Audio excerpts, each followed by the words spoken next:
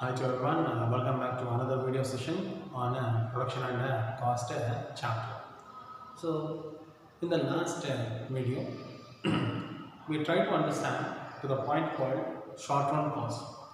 So, where the short-run costs are concerned with a short period, where producer must take care of certain important costs. This starts from TFC, TVC, then TC, followed by average units like AFC, ABC, AC, then followed by MC. Okay.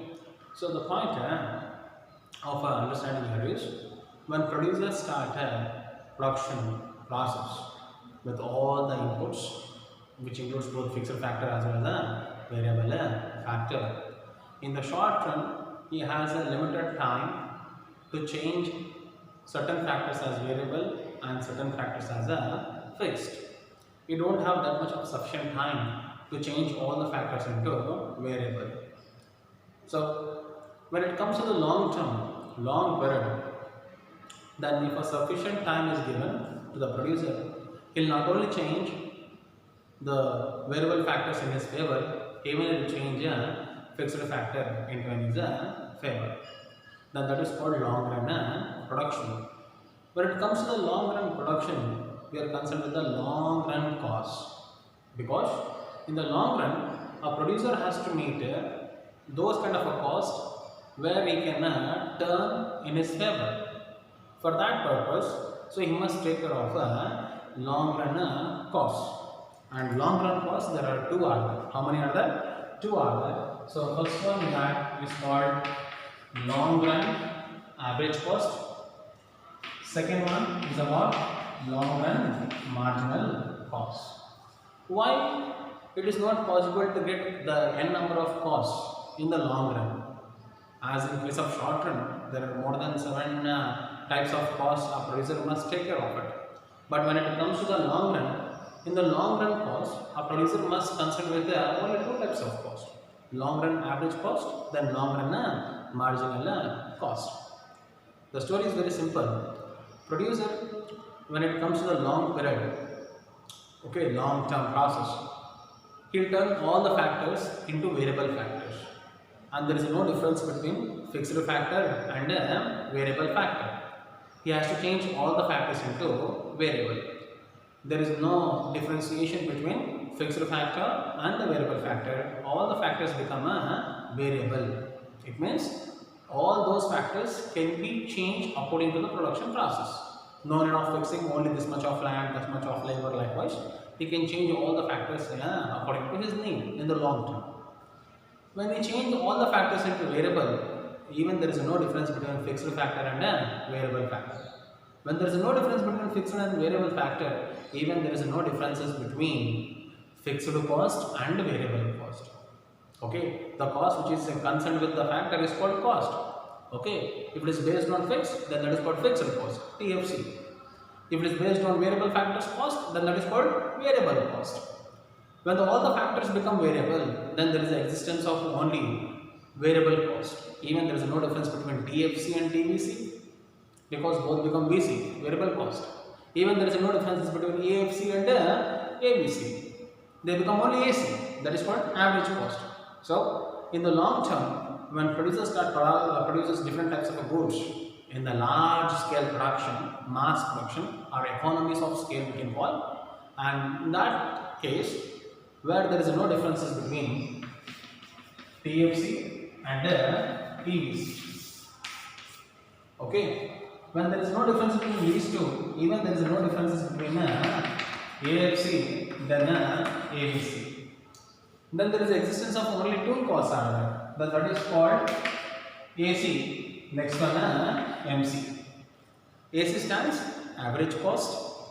MC stands marginal cost. So in the long run, there is the existence of only long run average cost, long run marginal cost. So once again, I must tell you what is long run average cost and what is long run marginal cost.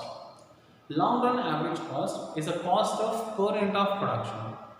Long run average cost is a cost of production of per unit of output. Then that is called a long run average cost. For example, assume you are supposed to produce some 10,000 cement bags in your cement company, then what is the cost I may incur for every one, means on an average per unit of cement bag when I am supposed to produce a 10,000 cement bags in particular term. Then that is the average cost before production what a producer need to get, because he must take care of his profit margin too. So calculation of per unit which gives him what kind of a cost he need to set, what kind of a profit he can generate, then how much he can get at the end of accounting year. Then that is called average cost. So when it comes to the second cost, which is there in the conception of the long run, then that is called long run marginal cost. Long run marginal cost is an additional cost. Long run marginal cost is an additional cost which is incurred by the producer on the production of additional unit of a commodity. Same meaning even in the short run and long run. Subject to the condition is about only the term or period. If it is based on the short term, it's called SMC, short run marginal cost. If it is based on long term, then that is called long run marginal cost. So when it comes to the calculation part of these, a formula is very simple. So long run average cost formula is TC by Q, long run production. So where the total cost divided by the quantity of output. Even the long run marginal cost formula is very simple. Then that is same formula. So TC n minus TC n minus 1. TC of quantity of nth unit. TC of quantity of the previous n minus 1 unit.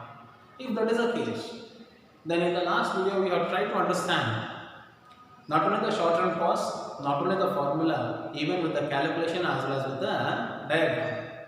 So when it comes to the long run, we are concerned with the major two issues: economies of scale and diseconomies of scale.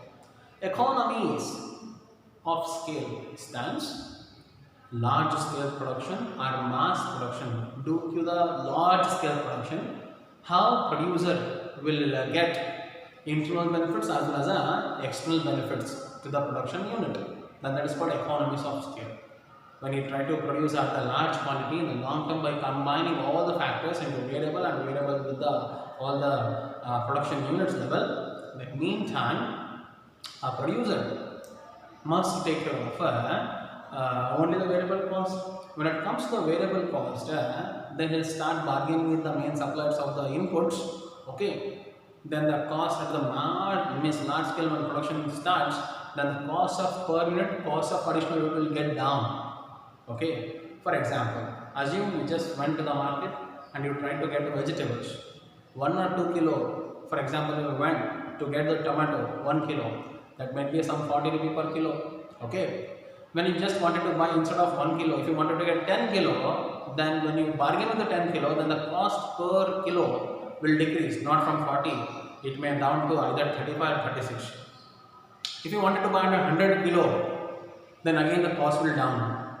If you wanted to buy again some 500 kilo for your merchant purposes concerned, then meantime the cost of per unit of a kilo of tomato will get down.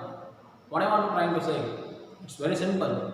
When you want to buy or you want to produce at the large scale, we have to buy at the large quantity. When you want to buy at the large quantity, then meantime per unit cost will get down. Even the marginal cost also will get down up to certain limit. If that is the case, then how we can understand this LRAC as well as the LRMC through graphically? Then that can be possible with a smaller diagram.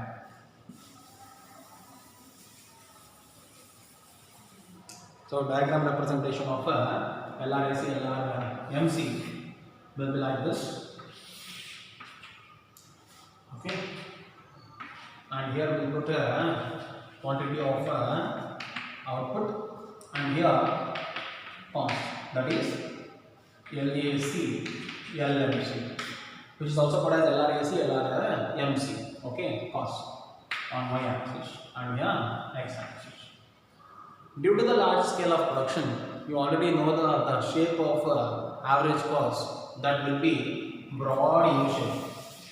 Broad U-shape. When it comes to the MC, it is a bit narrow U-shape in case of a short run, but in the long run it become broad shape only. Then in such case, then the shape of LMC will cut LAC from its minimum point. Okay. Then this is called LRMC. Then this is called LRAC. And this is the point where the quantity of output is stagnant at this level. And you need to understand why this cost starts falling after a particular limit and why it starts rising. Then for this, you need to understand large scale production. Then that's the point which deals with the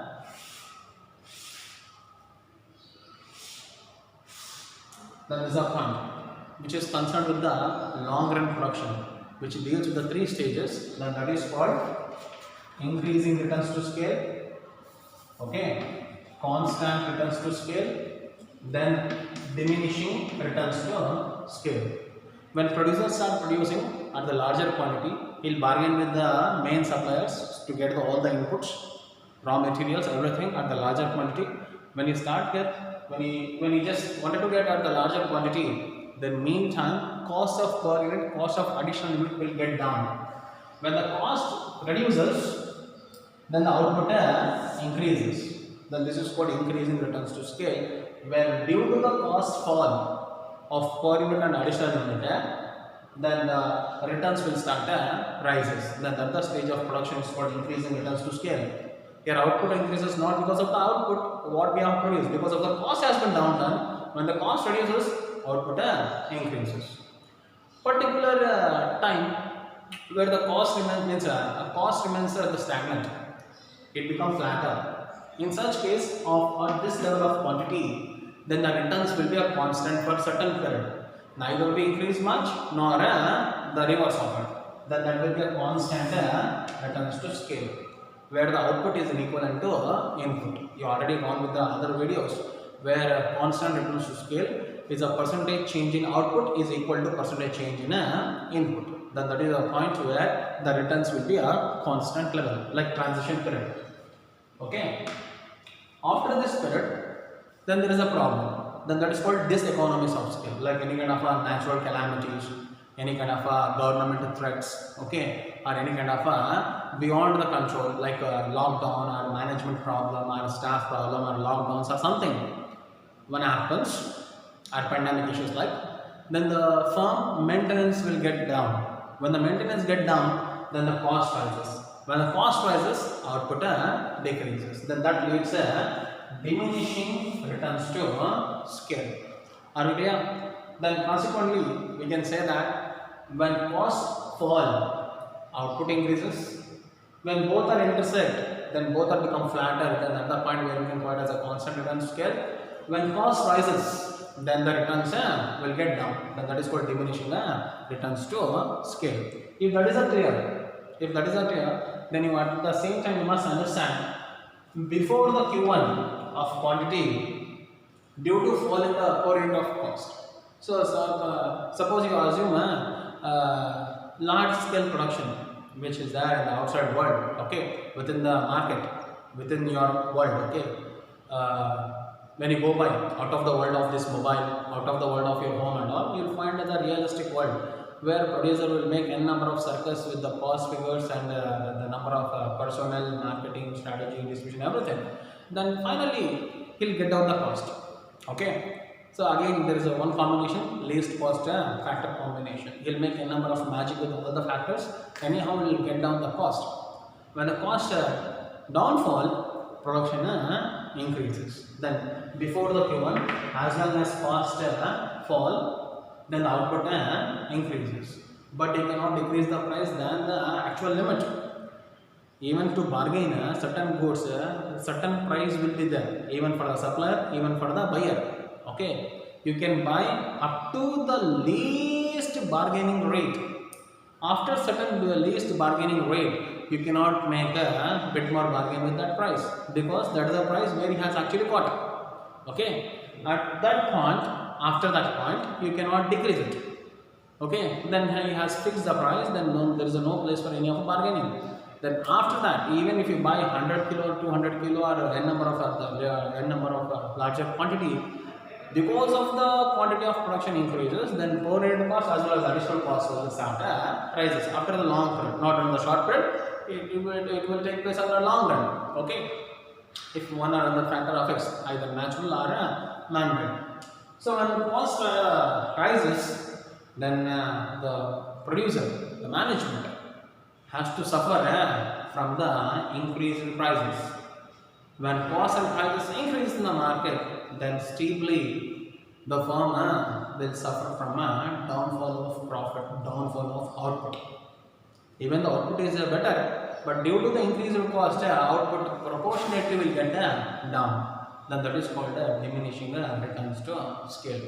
After this, again the firm, the company will make n number of strategies like a guarantee, warranty, okay, assurance 1+1, marketing strategy, advertisement, n number of things they are going to do.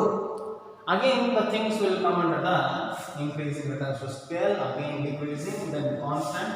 These things will commonly happen. These are the things where we can call it as ups and downs in the business. And even you can observe in the share market too, like the prices will increase or decrease. The share market, listed companies, shares and all, we might have seen in the share market prices when they are subject to market sensitivity. That's what is also called as Sensex. Okay, sensitivity index. Likewise, your producer will start producing as long as cost reduces, then output increases. When cost remains same, then there is a constant returns of scale. Then when there is a diseconomies of scale, means problems with the large scale production due to internal management problem or external pandemic problem or a government threat or any of a natural calamity or something occurs which is beyond the control of the management or producer, then the cost rises. Then more importantly, they will suffer from a diminishing returns to scale. I hope you people got understood this thing, and if there is any doubt, you can go through with the point. I hope that this is the last topic of this chapter. Okay, and moreover, if there is any doubt, you can go through by my contact number for raising of any of doubts. Thank you.